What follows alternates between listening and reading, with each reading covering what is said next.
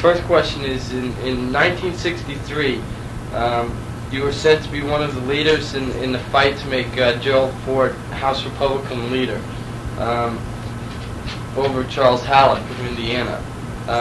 Halleck was termed in one article that I read as being a moderate conservative who was basically acceptable to all factions within the party. It was also said that the fight appeared not to be one between Goldwaterites and moderates. Was this really the case, and what was the real opposition to Halleck that you had? The real opposition to Halleck was that Halleck talked negative most of the time. Strongly opposed everything that the Democrats were proposing in the Kennedy administration. And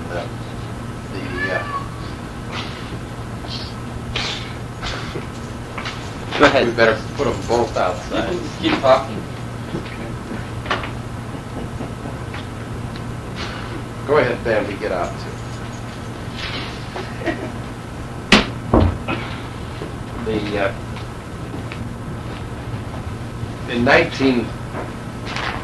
I was elected in 1959, as you know, and in 1960 and 62, the Republicans gained a number of seats in the House of Representatives. So by 1963 and 65, when the two revolts occurred in the House Republican leadership, we had a majority of Republican members of the House who had been elected in the past 6 years.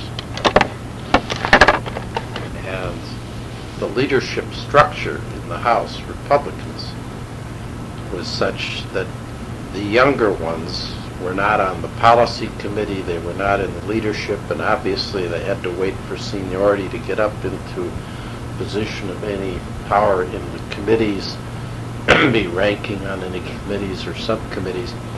So here we had a majority of us who were younger, who really had no power at all, except in the Republican conference, which is otherwise known as the caucus. That's when the Republican members met all together. They'd meet in the House chambers or one of the big committee rooms. But we practically had no conference meetings at all. So the younger Republicans were sort of excluded. Charlie Halleck, on his voting record, was very negative by today's standards, and even then you would probably call him a moderate Republican, but a moderate conservative. But the emphasis should be on the conservative. He was quite conservative and quite negative about it. We wanted to have alternative programs of one kind or another, rather than just vote no. Halleck was much more comfortable having his vote no, and that's usually what the policy committee came up with and what the leadership of the Republicans came up with, vote no on the Democratic proposals. And in this period, the Kennedy administration was putting forth a whole variety of new proposals, all the way from Medicare to job programs and job training, and variety of social programs and housing, and all of these things. We were just saying no, instead of saying, certainly in the education field, instead of saying this is a better way to do it, we were just voting no. And that was the big problem that the Alquis and the Bob Griffins and the Charlie Goodells and a whole variety of other people who were relatively conservative had with the Charlie Halleck leadership.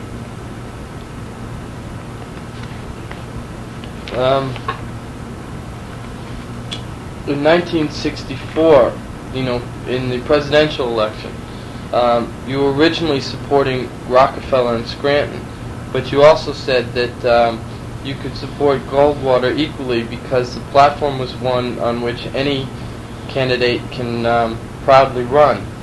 It was also said that by many at the time that the platform was tailor-made to Goldwater specifications. How do you reconcile these two statements? Well, first of all, I was the one of the two assistant platform chairman in '64.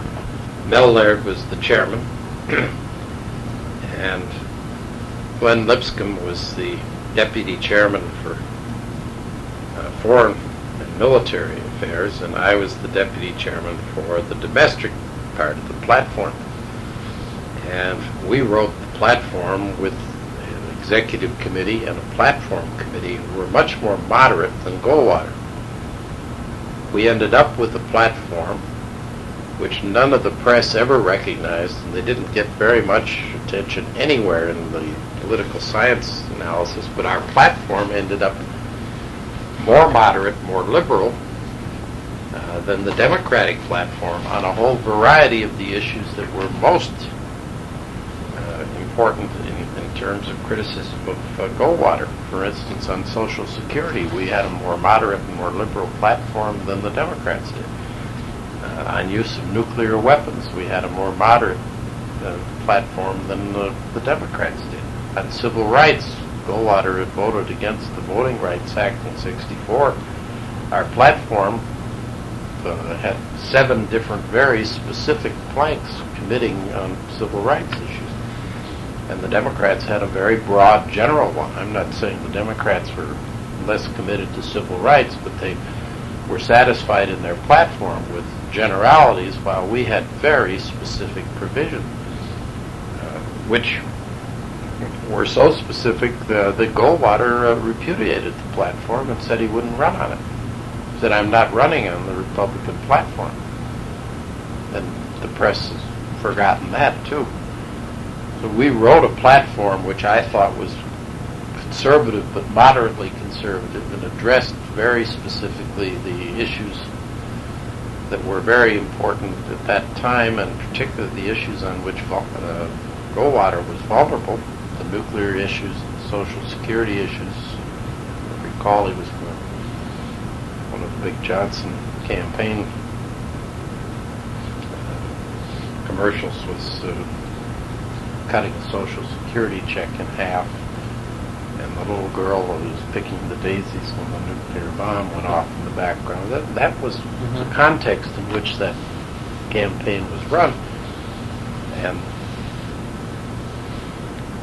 I had no difficulty supporting the Republican platform and felt that Goldwater or Rockefeller or Scranton or a variety of others who were in a fairly narrow band of spectrum there, the Republican philosophy, any one of them could have run on it. Goldwater now looks like a moderate. At that time he was considered very, very conservative, and he was the spokesman for the right wing, but Goldwater hasn't changed his position very much in the last 20 years. He's not a right-winger. He's not part of all these fringe groups, and he's telling them off all the time. So the political spectrum has moved to the right in America. Goldwater has stayed pretty much where he was. At that time, he was on the right fringe of the political spectrum. Well, there was also at the convention there was 2 different planks that came up on political extremism and civil rights, which you pretty much fought against mostly, and that was pretty much termed the moderates fighting the conservatives. Yeah, but that was a question of the, first of all, the Rockefeller strategy was to make issues at in the convention, on the convention floor, that would present those issues to the country. If you want, that's the broad strategy that you could say was more philosophical. here's an opportunity to use this platform to educate the American people and to bring these issues to the forefront. You could also say that they were using it politically because they were trying to embarrass the Goldwater supporters. I was on the executive committee and helped write the platform, and I made it very clear to the Rockefeller people that we'd made a lot of compromises and we had won almost all the major battles on the philosophic issues, and that I was going to defend the platform. I made my commitment to that platform. Got a lot of conservatives from Iowa and Nebraska and Kansas, all over the country to support the platform. So I was in a position where I felt now we we have a moderate platform. We should stand behind it. And so I told them from the beginning I would not support the amendments that they were going to offer on the floor. There's always in the convention, particularly at that time, less so in the Democratic conventions recently, but always a strong desire after you've written the platform in the platform committee and nominated a candidate, or it's pretty clear who you're going to nominate, not to have big platform issues brought to the floor. So I certainly supported that. I was sitting on the platform at Cow Palace in San Francisco when Rockefeller gave his famous speech egging on the conservatives and the Goldwater people. Actually, Goldwater leadership, campaign leadership, was they had walkie-talkies to their leaders on the floor, and they were telling the delegates to be quiet, not to respond to Rockefeller's provocative statement. And the delegates generally did not respond.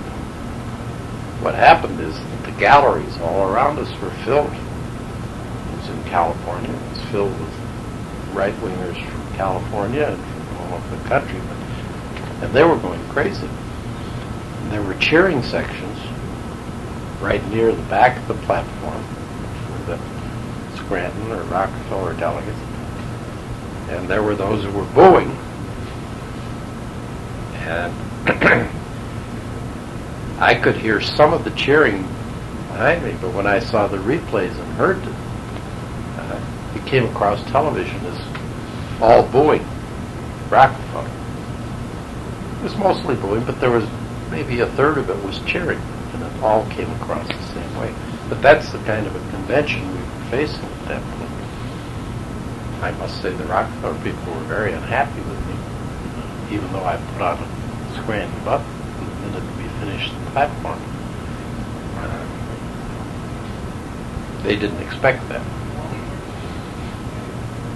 But we had a whole variety of our moderate Republican congressmen and senators on the executive committee writing that Republican platform in '64, and it came out as a basically very moderately liberal document. Nobody was paying attention to it at that point except Goldwater, who repudiated it as the acceptance speech of the convention. He said he's not running on the platform. Because that's funny, because the articles I read, which obviously weren't all the articles at the time, said that it was pretty much tailor-made to Goldwater and that he gave in on certain issues, but he only gave in on what he wanted to give in on, and he pretty much designed the whole thing to his specifications. And that was the articles I read. That was one of the... That was the general interpretation of the media at the time. They reacted very strongly to the whole Goldwater movement. You have to recognize that up until 1964, the Republican nominations had generally gone to what were called Eastern Establishment candidates, or candidates at least acceptable to the moderate, middle-of-the-road Republicans. And Goldwater was the first one that the media interpreted as being a radical. And the media was very strongly against Goldwater, the national media. And they had a field day with the Republican convention, the Cow Palace, and all the rest. Speaking not only of the television and the radio, but the written media. And it was one of our great frustrations at that point, trying to overcome this overwhelming interpretation by the media of what happened in that convention. Yes, it was a conservative convention in the sense that it nominated Goldwater, and yes, Goldwater ignored the platform, which was moderate. But Goldwater wouldn't have repudiated a platform that he controlled and had made a few concessions on. And that was very unusual. He stuck it in his speech, and I'm not running on this platform. Well, that year in the presidential election, Chautauqua County went Democratic for the first time in the history of presidential election. And it seemed from everything I could get in my reading that as a consequence of this, Robert Miller resigned as the Chautauqua County GOP leader. Given these circumstances, how could you justify supporting Goldwater? And also the fact that Goldwater supported low-yield atomic weaponry to be used to defoliate the supply trails in Vietnam. I mean, weren't these things a concern for you in supporting Goldwater? Well, the defoliation in 1964 honestly was not a big issue with me. First of all, the Vietnam War was just beginning to escalate. And at that stage in my life, I was pretty much supporting the strong position against communism around the world, and certainly in Southeast Asia. But Kennedy introduced about 15,000 troops, and in '64 Johnson had escalated the war, but it hadn't penetrated my consciousness enough at that stage, nor had it penetrated generally in the Congress with the people who subsequently turned around, like Gene McCarthy, Bobby Kennedy, and the rest. There were only a few, like Wayne Morse, voted against Gulf and Tonkin resolution at that stage. But so there was general unanimity in the country supporting our president on a military venture, and I certainly wasn't ahead of the country on Vietnam at that point. In terms of Chautauqua County and Bob Miller, without going into the great details, I had been the county Republican chairman before I went to Congress, and I had, together with some others, worked very hard to encourage some candidates that we thought would be good as Republican county chairman to succeed me. And Bob Miller turned out to be a candidate who we chose. I have to say, it was about the 14th one that we tried to get for county chairman. Bob Miller was county treasurer when he became county chairman, Republican county chairman.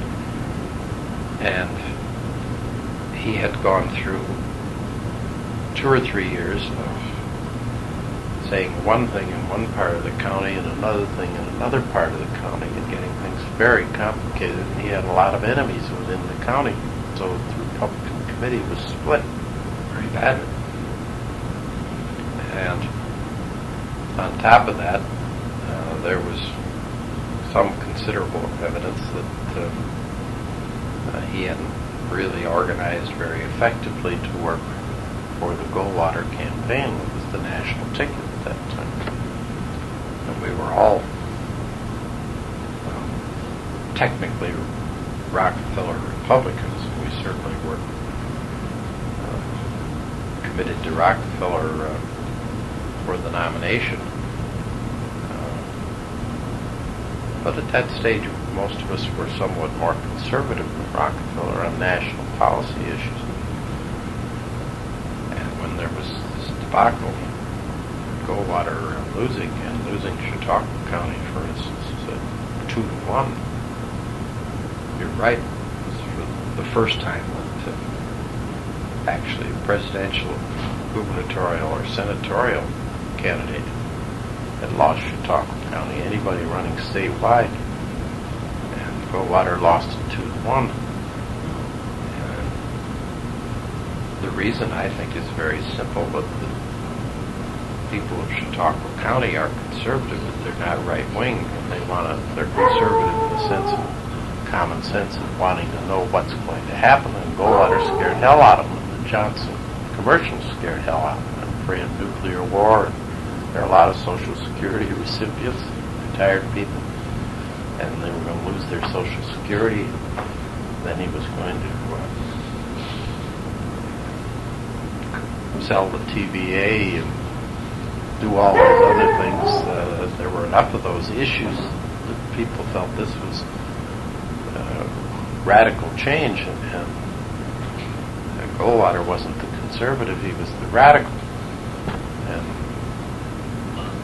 that most of them ended up voting against Goldwater, not for Johnson. Chautauqua County went 2-1 for Johnson against Goldwater. And then there was a great rebellion among the committeemen and the local office holders in Chautauqua County, Republican office holders. And they asked me to come back to try to exercise some leadership. Actually, I went back and became interim county chairman. For about 3 months, I agreed to do it only on the basis that I would be the arbiter, preside over the county committee meeting when they elected a new chairman.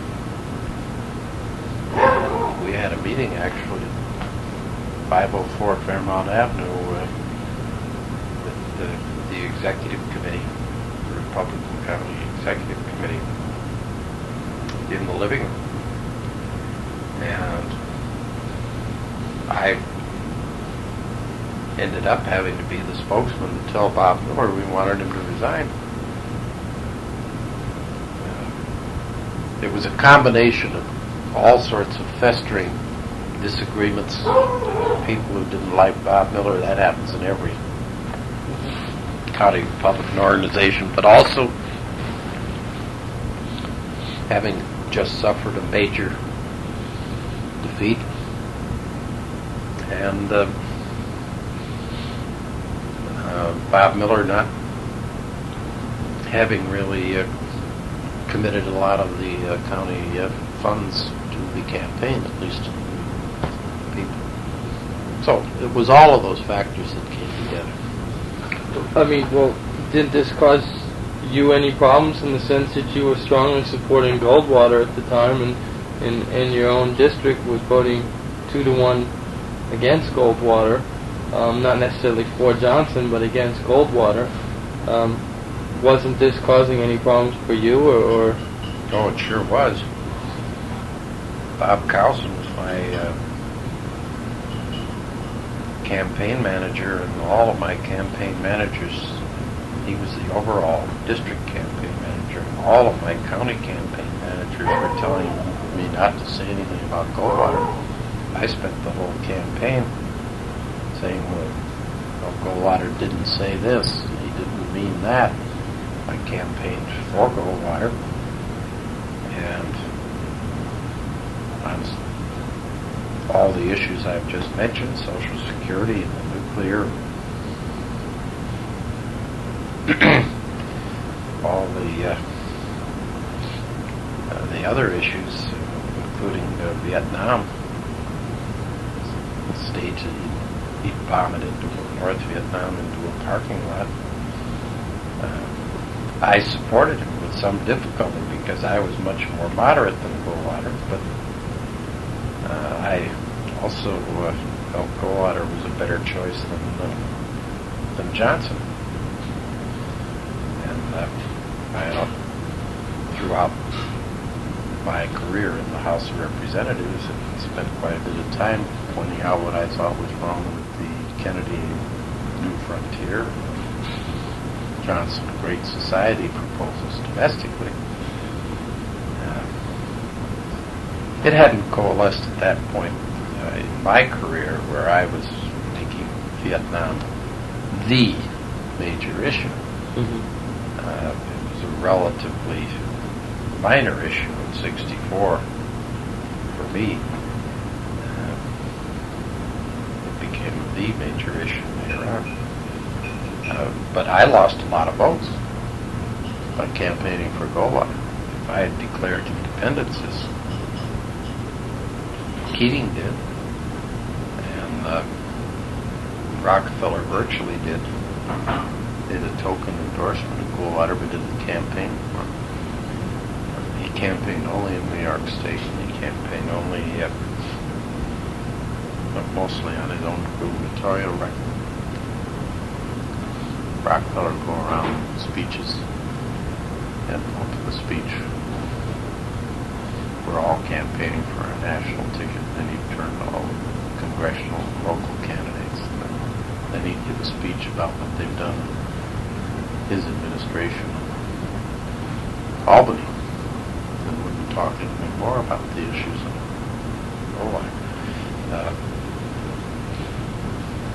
and that's what all my campaign advisors wanted me to do. And I said, no, I'm going to support the national ticket. And I went from, I recall very clearly, I went down to 58% in my district.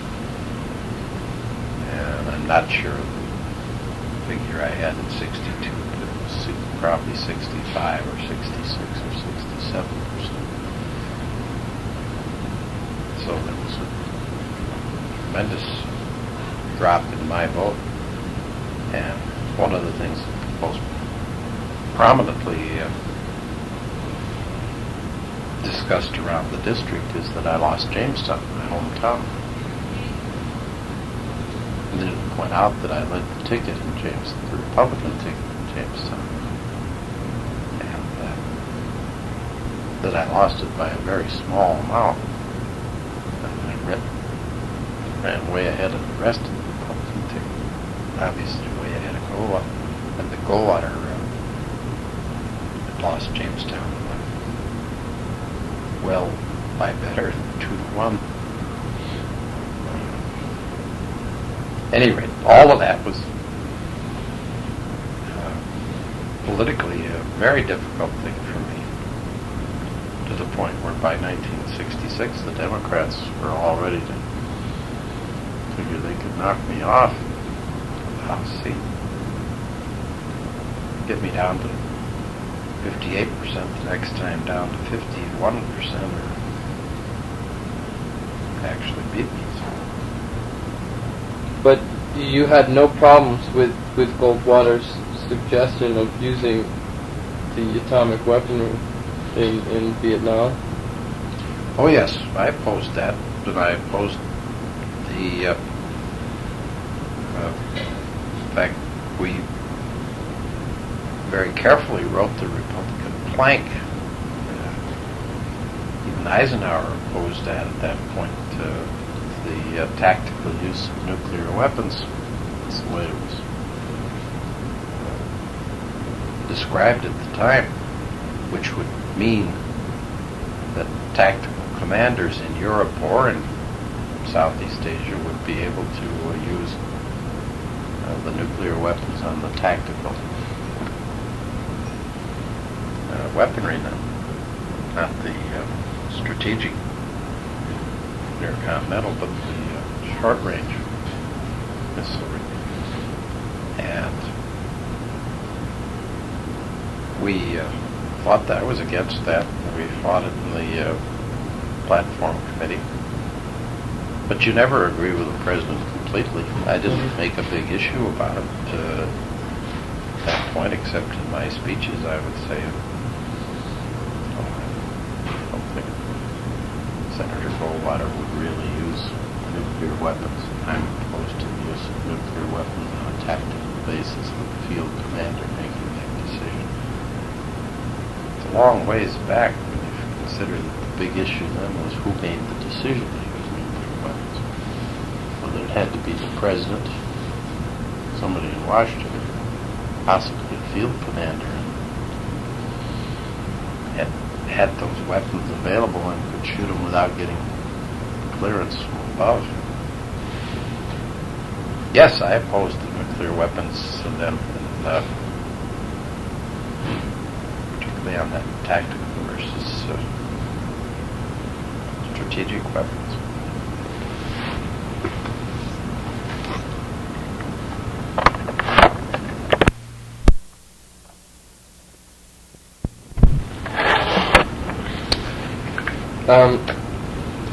In 1968, you supported Rockefeller throughout the presidential campaign. How much of this had to do with the fact that he'd be making an appointment to the Senate sometime soon? None.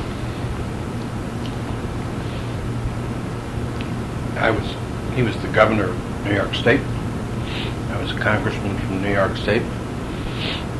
He was the more moderate candidate from my viewpoint. And I was a part of the Rockefeller team, enlisted early in the group of 5 former National Republican Committee chairmen and senators and congressmen generally who could be helpful to Rockefeller, plus state committee chairman, and George Hinman, Rockefeller's chief honcho, one of the brightest guys Rockefeller ever had working for him. Just from Binghamton. Was used to come down to my office all the time, and he consulted me, asked me to help work out the campaign strategy. I don't mean the larger strategy of how Rockefeller would get nominated, how to get delegates. I did give him ideas at various times on issues, but that wasn't a big factor in the Rockefeller campaign in terms of issues and policies. That was set up by his own little coterie of people that he held close to him, including Kissinger, foreign policy. But I was long before there was a vacancy. Had been in all the strategy meetings and everything else, and Bobby Kennedy was assassinated June 6th. That was when the nomination fight was virtually over. Agnew early on had been a supporter of Rockefeller. He'd been one of the original supporters of Rockefeller in '67. And then he shifted his delegates to Nixon. Then Nixon nominated him as vice president candidate, and you were pretty upset about that, and just caused somewhat of a stink at the convention. Why was that? I prefer the word stir rather than stink. Okay. I'll accept that.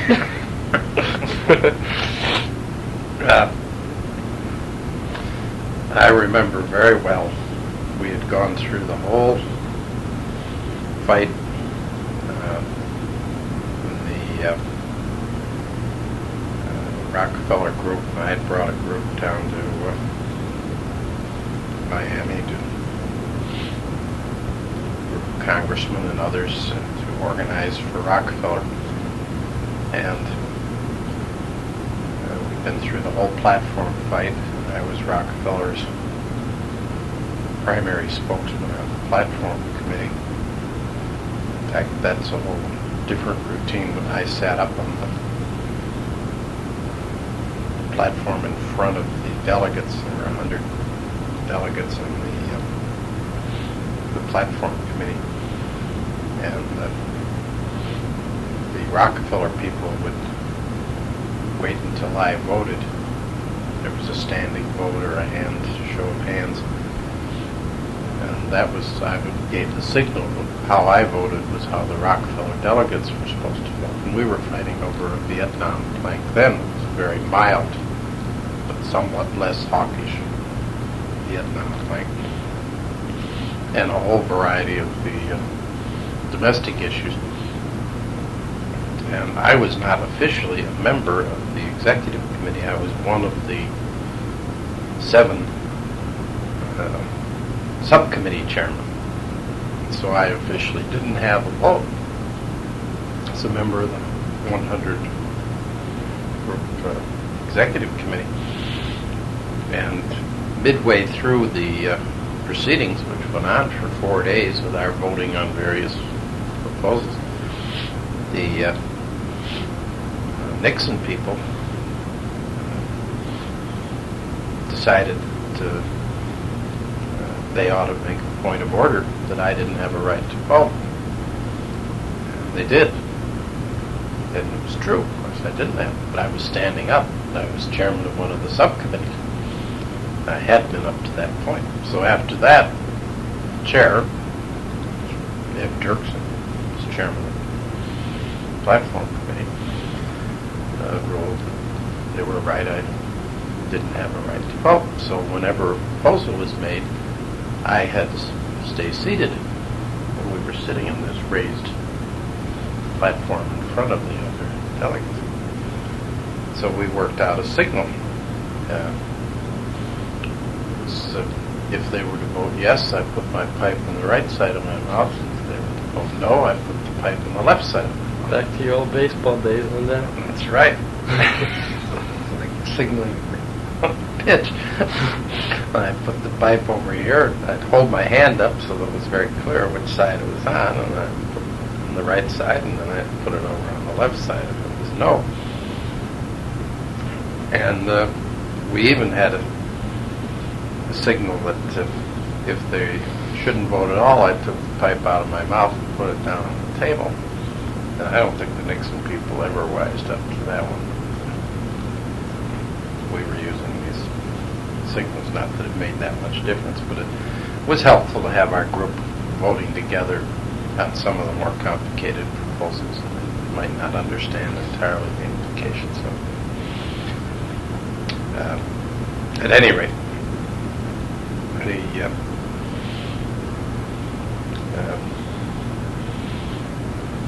I got diverted.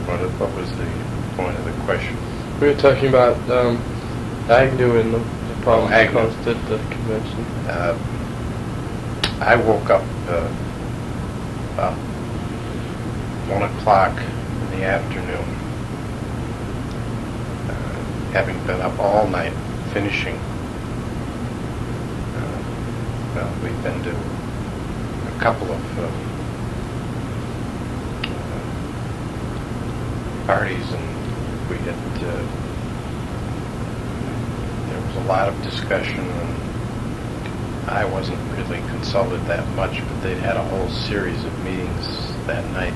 Nixon was holding with various people, all the congressional leadership present, to decide who we would choose for vice president. And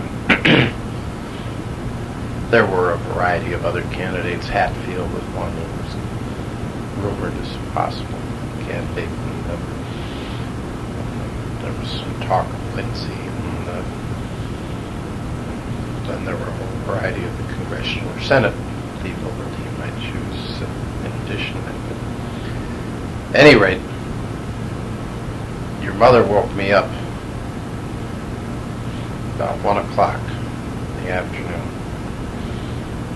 And she was saying, Charlie, Charlie. She had this tragic tone in her voice. And I said, what's the matter? What's the matter? And I came out of this sleep, having gone to bed about 7 o'clock in the morning. And I thought, oh my God, there's another assassination. You know, we've been through Jack Kennedy and then Martin Luther King and Bobby Kennedy and this. The tone of her voice was so anguished that it could have been another assassination. And I said, what is it? What is it? And she said, Nixon has chosen Agnew for vice president. And I jumped out of bed and went upstairs. This was in the Ambassador Hotel in Miami, where the Rockefeller headquarters was. That was where all the Rockefeller New York State delegates were. And we had offices there for the Rockefeller campaign. And then I had offices down at the Fontainebleau, in a room at the Fontainebleau where the platform committee was. Anyway, we were at the Ambassador.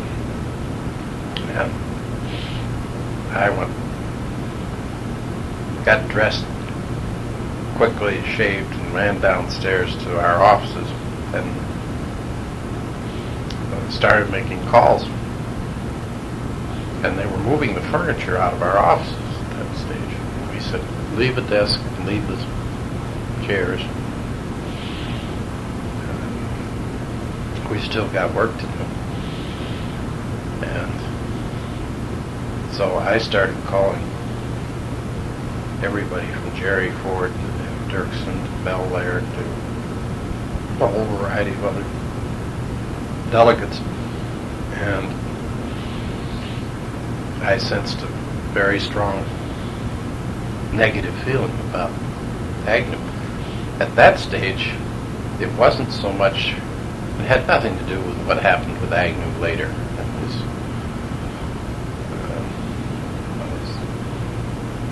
rhetoric and his taking the very strong position about the liberals and the rest of it, particularly about me. He was basically considered a moderate or liberal Republican at the time. It was because we didn't feel he had enough experience to be president, which was the main focus that we had. He was a relatively unknown governor from a relatively small state of Maryland. And we thought there were other candidates who would strengthen the ticket more for Nixon, the Republicans. Anyway, there was general consternation about all of this. And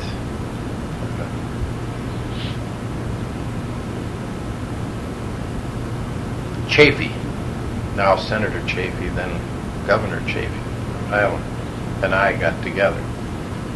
And we met with Rockefeller. Rockefeller was also just waking up, having coffee in his bathroom in his apartment at the top level of the Ambassador Hotel. Then Rockefeller said, well, you can do anything you want to if you want to oppose it, but I'm not going to get involved in it. He's made his choice. I think it's a very poor choice. It's typical of Nixon when he gets into a crisis like this. He'll make choices of that nature. Rockefeller generally was very negative on Nixon at this point. Rockefeller said, I'm going to be leaving, and I'm not going to direct the New York delegates in any way. So it's another story how we got into the big delegate fight at the convention. I ultimately tried to get Lindsay to agree to accept the nomination, and we had it all organized, and Lindsay would not agree. And so we nominated Romney against Agnew. But at any rate,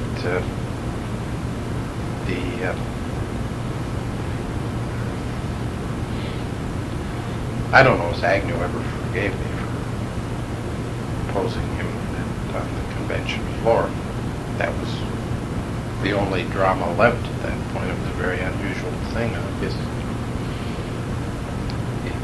person to be put in the nomination for vice president on a serious basis, major candidate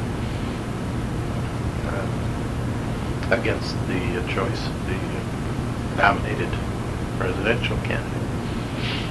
And Romney agreed right away, put his name in the nomination, and that's what we all did. Well, given all this, the problems that you had at the convention and the problems that you've had with Agnew, and especially given the history of Nixon, I mean, one of the reasons you said you supported Nixon in '68 was because he had a plan for getting out of Vietnam.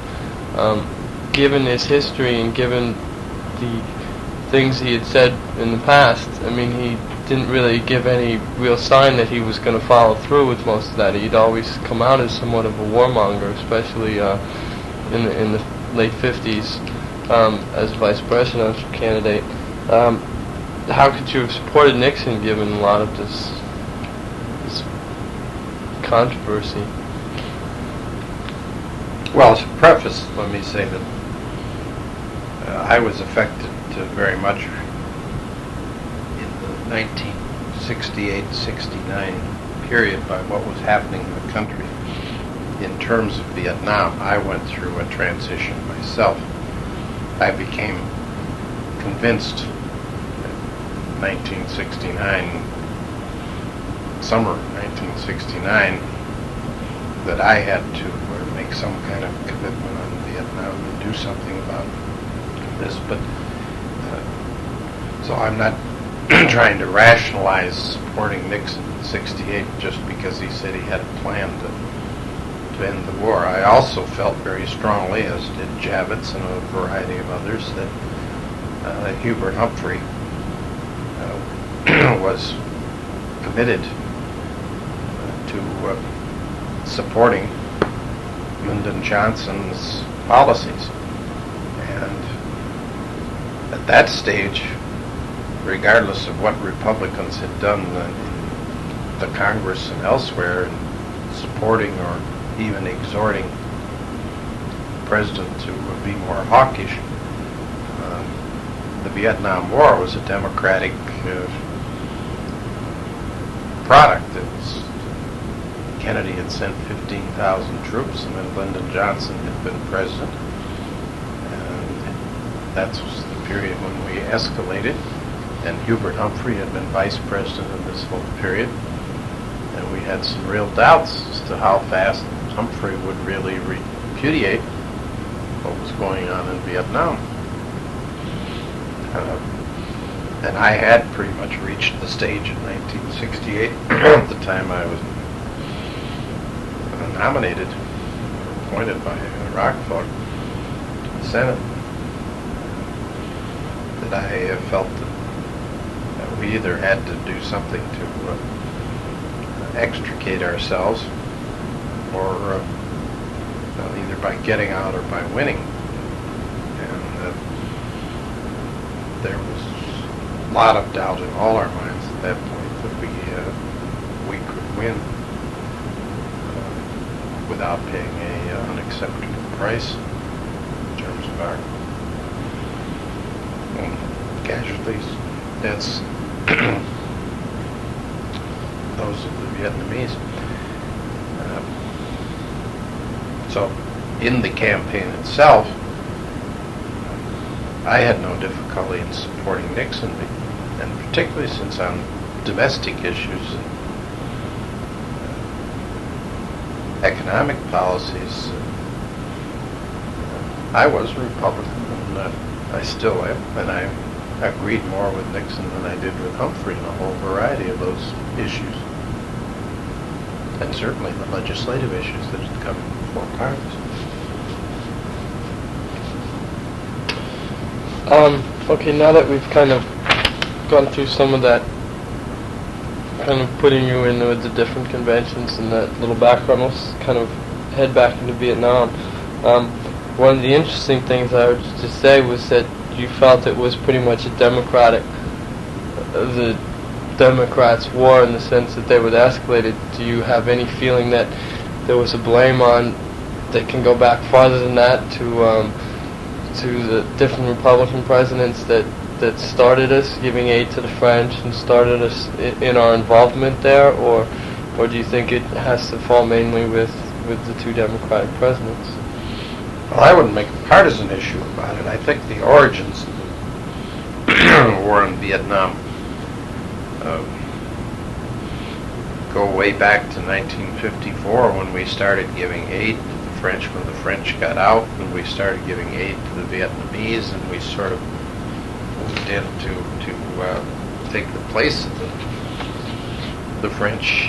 But that was a different kind of a commitment. It was a commitment to giving military supplies and support on a fairly small scale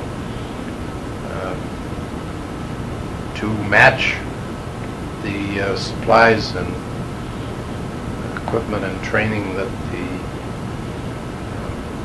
Russians and the Chinese were giving to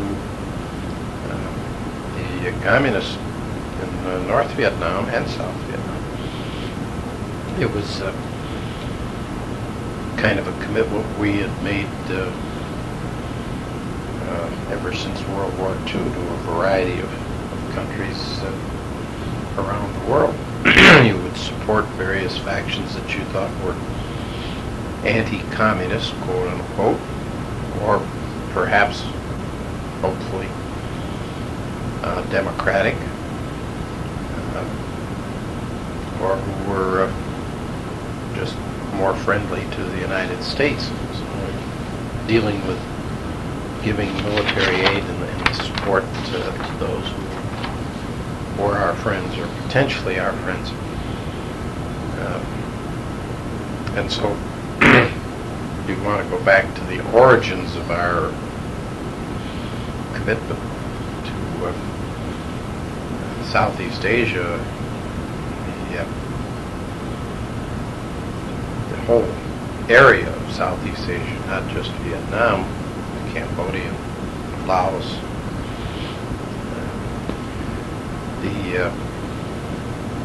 It started under Eisenhower, but it should be said that during the period of the Eisenhower administration, there were proposals to send American troops over there, and Eisenhower flatly rejected them and said no. And it was MacArthur, and I used to quote this all the time, it was MacArthur who said that the worst thing that could happen to us, the United States, would be to get involved in a land war, the continent of Asia.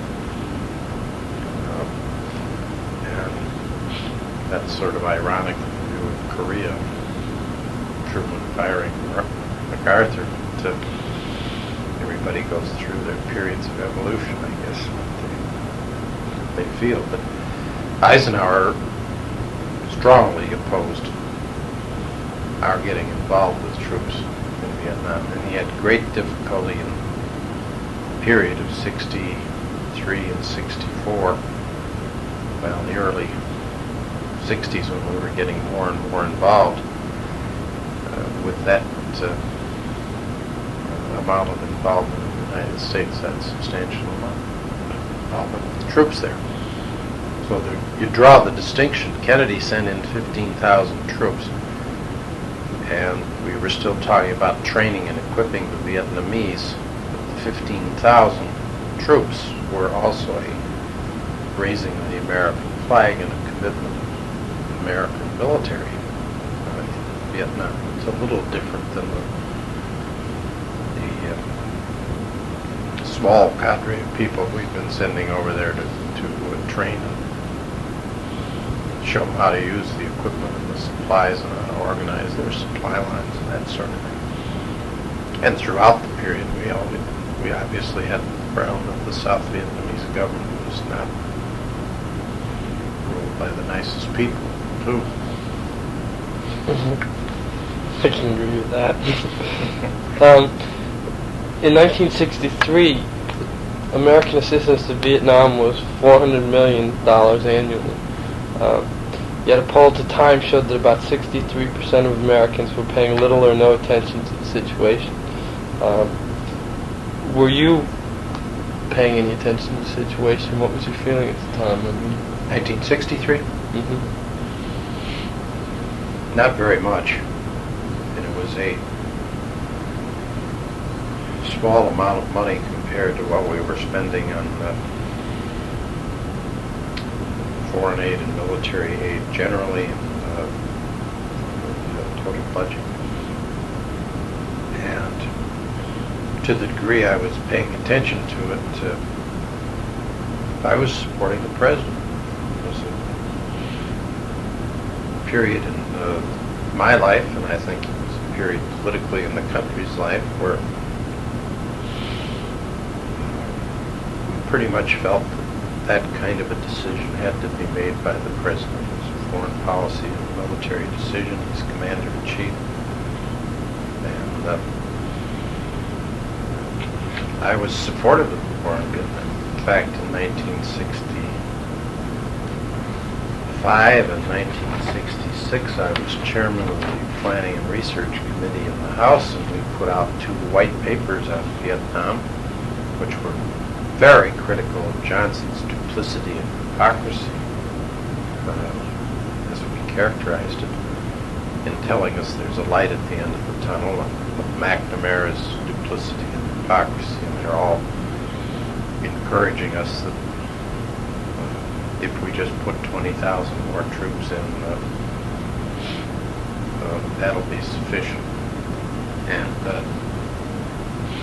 the white paper took no position on whether we should get tougher or we ought to bomb Hanoi or mine Haiphong or anything of that nature. We carefully avoided recommending anything, but it was, I think, a rather searing indictment of the lack of candor and honesty in telling the American people what was going on by particularly the Johnson administration, President Johnson himself. They're 2 very powerful papers based primarily on the quotations of the Democratic leadership at the time. They're very partisan papers, too. Well, you have it. Yes, I do. Good. Where'd you get it? Actually, I found that in most of the records in New York Library. I found that piece. Oh, I'm glad that there are a few of them around. I actually took that out of the library probably when I wasn't supposed to, but I don't think anyone was watching much of what I was doing. I'm glad you did. I mean, all those things I can always take back. And it wasn't a question of taking it out of there for good, but I felt there were certain things that needed to come out and people to see. Well, I'm glad you did, because nobody's paying much attention to those papers right now. Yeah. Anyway, having gotten into that question of the white papers that we did, in that whole period of 63, 64, 65, the Republican position became that we were not opposing the president. We were not opposing the commitment against communism as such. But we were very critical either that the president hadn't done enough militarily, Johnson, or that we shouldn't be there at all, or that he hadn't done things the right way. And then the main theme of the white papers was that he hadn't been telling the American people the truth. He hadn't been telling people what the price was for the policies we were pursuing. All of those things could unite the Republican Party from the most conservative to the most liberal, which was what we were trying to do, unite the Republicans and all the factions. If we had, in the white paper, for instance, recommended a policy, we would have split the Republicans right across the spectrum. Well, I guess my next question kind of is somewhat close to that, in the sense that a lot of the different quotes I got throughout different times of that period on the Republican platform, there's a quote that says, the President administration has encouraged an increase in aggression in South Vietnam by appearing to set limits on American willingness to act. And then, in the deepening struggle, it has sacrificed the lives of Americans and Allied fighting men by denial of modern equipment. It then goes on in 1966 in the white papers to state the administration has consistently held off needed military action until the situation in South Vietnam reached a state of acute deterioration. It has failed to use the economic power of the nation in the conflict. And also, reading on, it said the GOP leaders in 1965 said that the president can always count on Republican support where the administration policy is firm and decisive on the side of freedom.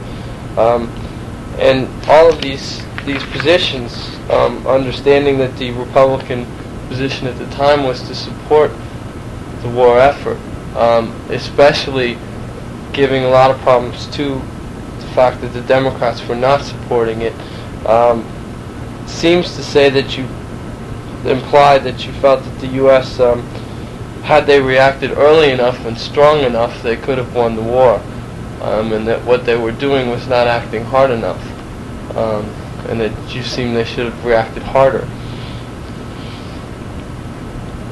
Well, that's a very accurate summation of the Republican position through that period.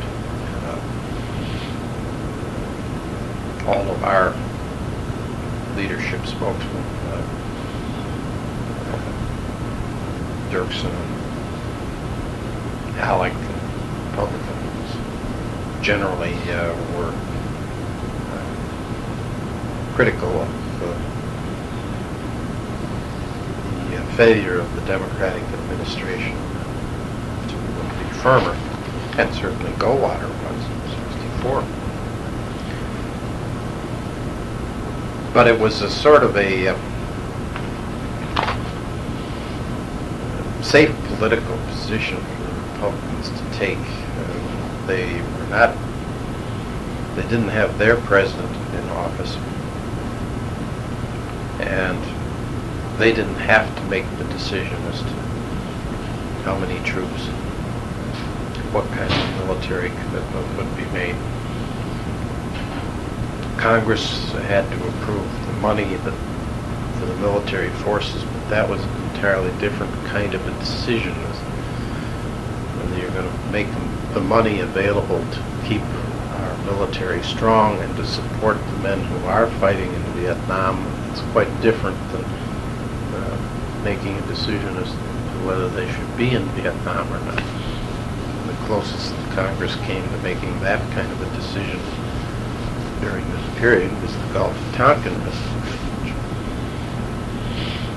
2 votes against. Morris and Greening were the only ones who actually voted against it.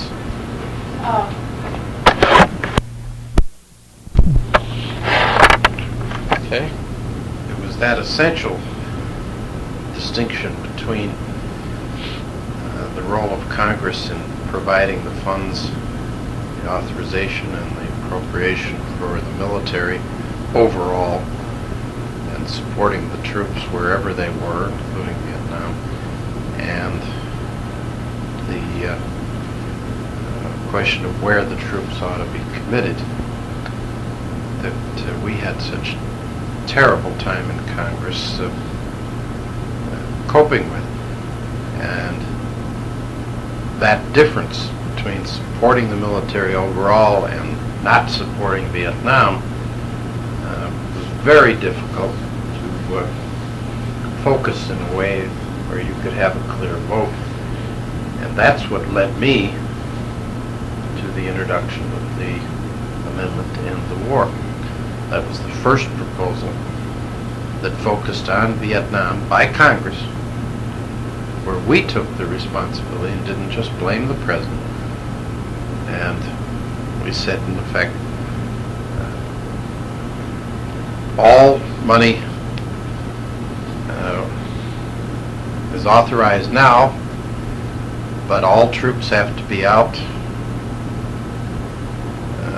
within 1 year after the date of enactment of this amendment, which permitted the Congress to support the men who were fighting there and support our military generally, but also took responsibility by Congress in telling the president we wanted all the troops out by a date specific, 1 year hence, which I felt was a proper exercise of the authority of Congress, because Congress is the only one that has the power to declare war, and we hadn't declared war in Vietnam. And that's another issue as to whether we should or shouldn't. There were certainly good arguments for not escalating the matter by declaring war, which might have forced the Chinese and the Russians to declare war and escalated the whole matter. That's a different kind of discussion as to whether the power of Congress to declare war is now outdated officially. But at any rate, I thought it was well within the authority of Congress, so since we have to authorize and appropriate money and we have the power to declare war, we should also then take responsibility with the president for getting our troops out. And that was the whole genesis of my amendment to end the war.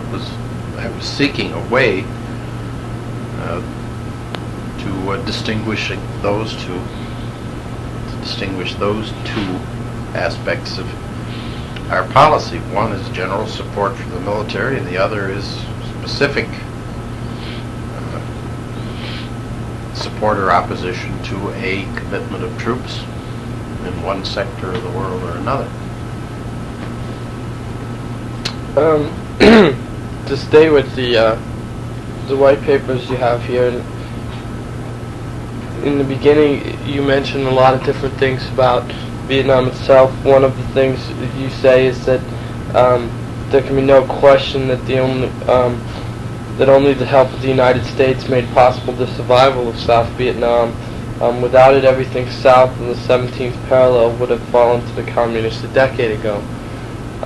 You also try and make pains to say how that the South Vietnam had made so much progress during, especially from 54 to 59, and how they were progressing and they were coming along as a country and coming together and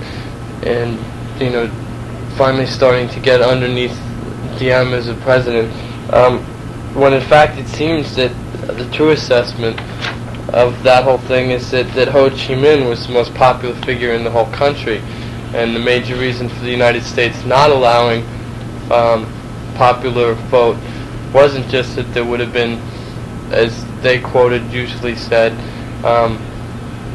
unfair elections, but more that Ho Chi Minh would have won an election because he was the most popular. And that Diem had no real support except from us, our country. What are your feelings on the way the white paper did that, or your feelings on it now or before or after? Well, without belaboring, white paper was an attempt to make some factual, valid assertions in a partisan way, but also in a very carefully accurate way as to these specific developments with reference to the war and the statements made by Republicans and Democrats during this whole period. When you go back to 54, I don't think there is any question, if not in the white paper. I haven't read the white paper for quite a while, but certainly in a variety of the statements I made while I was in the Senate, I pointed out that Ho Chi Minh would have won a popular election, and it was the Americans who prevented that popular election. I think that's absolutely true. He was a popular figure in Vietnam. When you go back during the Pentagon Papers in Ellsberg period, I read all of those very carefully, and it was very clear in those papers that we made a commitment in that early stage to relatively unpopular figures who were, quote, anti-communist, unquote. And that was a period when we, as a country, certainly in our national leadership, but generally in the country, were almost maniacal about this, being anti-communist. Everything that went wrong in the world we blamed on communism. Everything went wrong in this country politically, say the communists were behind it, which was really a ridiculous position to take a break. I'll read you, I thought, the best summation of the extreme paranoia that we had about communism. Justice Douglas's dissent in the communist case. At any rate, the 54 period, our policies in Vietnam were part and parcel of our whole view of communism in the world. And Republicans were certainly as strong or stronger in their anti-communism. In fact, the Democrats, from my viewpoint, looking back historically, perspective, but overall had a more balanced position on the way to deal with communism. I don't think there's any real difference of opinion between the parties on the evils of communism, as Reagan calls it, the evil empire. But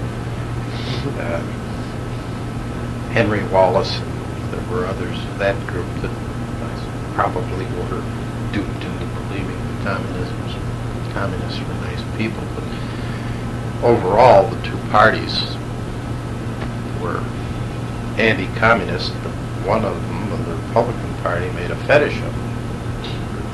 It became a major part of our national Republican policies. At any rate, from 54 to 59, I think it's accurate to say that South Vietnam was doing a great deal better. There were a variety of changes that occurred in 59 and 60 within Vietnam, with Ho Chi Minh and his relationship with the Chinese and the Soviets, and also his relationship with the United States. where the North Vietnamese policies shifted rather dramatically in this period. They became very aggressive. We point this out in 61, 62 in the white paper. 63, the North Vietnamese and Viet Minh policies changed very substantially. We do it in the white paper in the partisan context of saying this was during the Democratic administration. But I think it's accurate that it did change, shift in that period, and that things started going badly for us in 61, 62, and 63. In retrospect, I think it should not be blamed entirely on President Kennedy or President Johnson or the Democrats. Its roots, its seeds were in the period of the 50s where we did not establish a policy that conceivably even could have had Ho Chi Minh in the lie of the United States. Well, that's actually where I was somewhat heading, in the fact that Ho Chi Minh early on, before 54 actually, probably was looking for U.S. support, and he asked for the United States support. We would not support him, so at that point it kind of threw him in the laps of the Chinese and the Soviets. But in fact, the Vietnamese had always had a long history of animosity towards the Chinese, and they really didn't want to have much to do with the Chinese. And even given Korea, it seems kind of hard to believe that for so long we felt that China was a part of the struggle, and that they were the major thing on the side of the North Vietnamese. Well, the major mistake Republicans made, Americans made, and we tend still to make it, in fact, more than tend, we still are making it, is to view communism in the world as monolithic.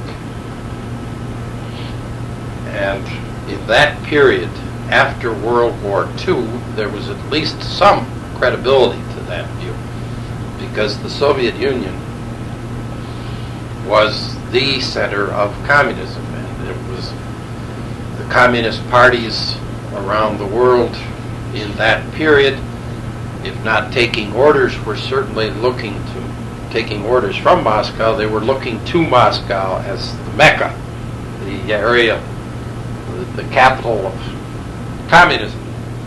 And Lenin was Marx, obviously, but Marx wasn't Russian, but Leninism and communism in the Soviet Union, in a major country, had become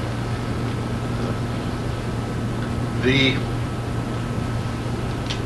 leadership focus for world communism. But it certainly it should have been clear in that period that cultural and nationalistic and historical aspects of countries, if they didn't overwhelm communist philosophy, at least they would reform it and formulate how they were going to apply it and adapt it to their own mores and their own system. And that is true in China, it's true in Vietnam, it's true in every other country. It certainly was true in the Soviet Union. We've got the obvious difference between the Albanian communists and French and Italian communists, American communists, if there are any of them around anymore. And that's one of the major mistakes I think we made, that putting it in historical perspective goes way back to Dien Bien Phu and the French getting out of Vietnam. We just felt you had to fight communism wherever it was, and with whatever allies were available, whatever their qualifications for leadership were, or lack of qualifications. If they were anti-communist, then they were our friends.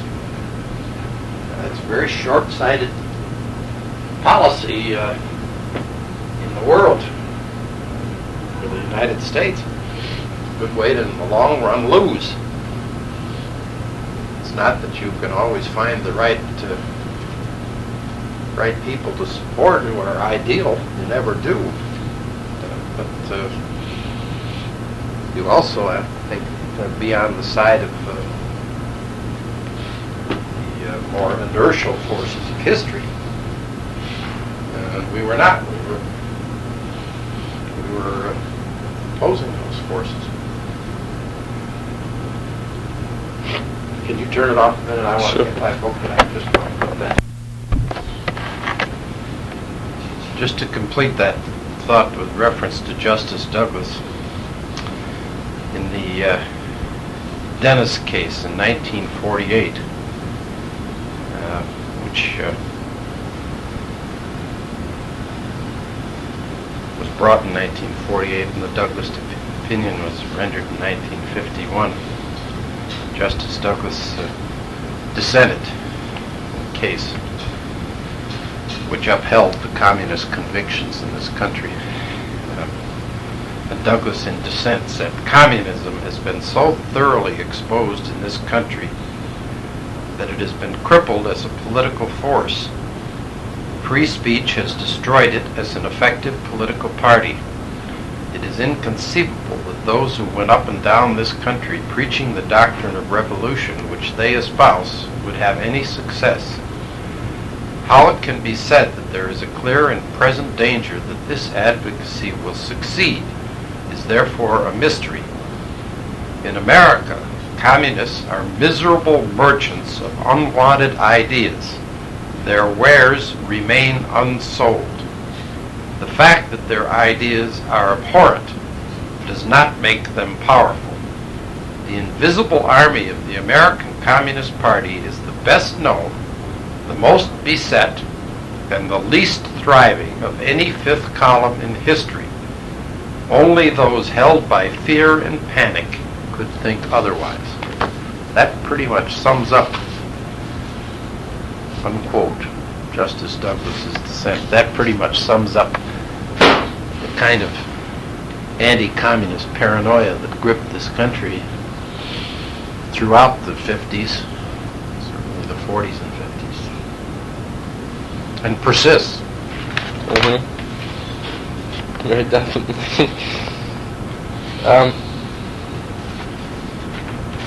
Staying, I guess, with the white papers for one more question, just another quote that I took out of them that struck me.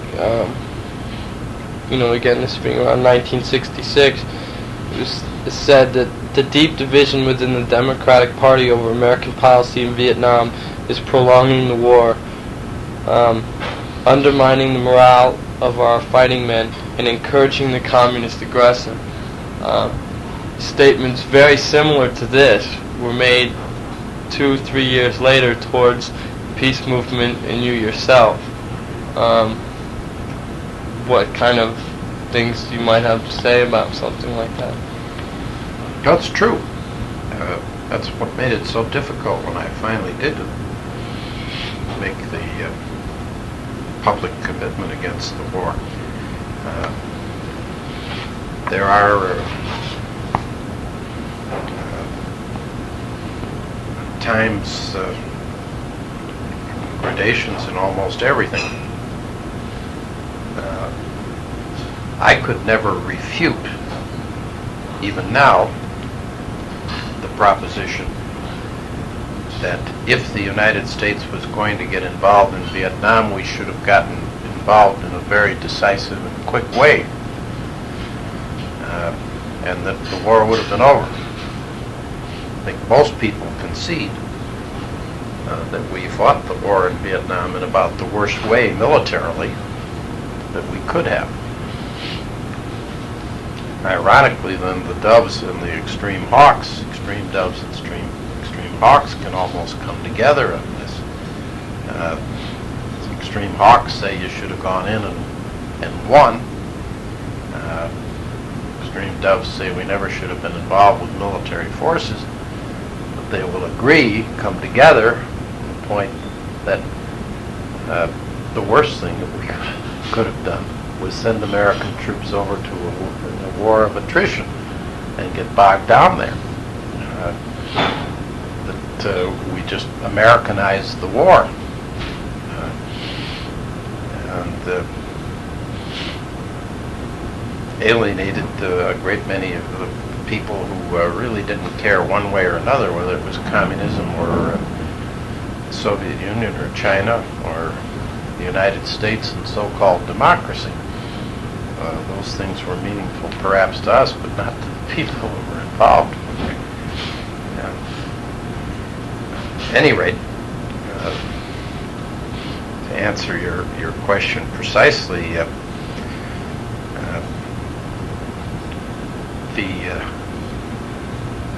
criticism made in the white paper was directed at the fact that the Democratic administrations, and I repeat, this white paper was making, I think, factual but partisan points, both factual and partisan.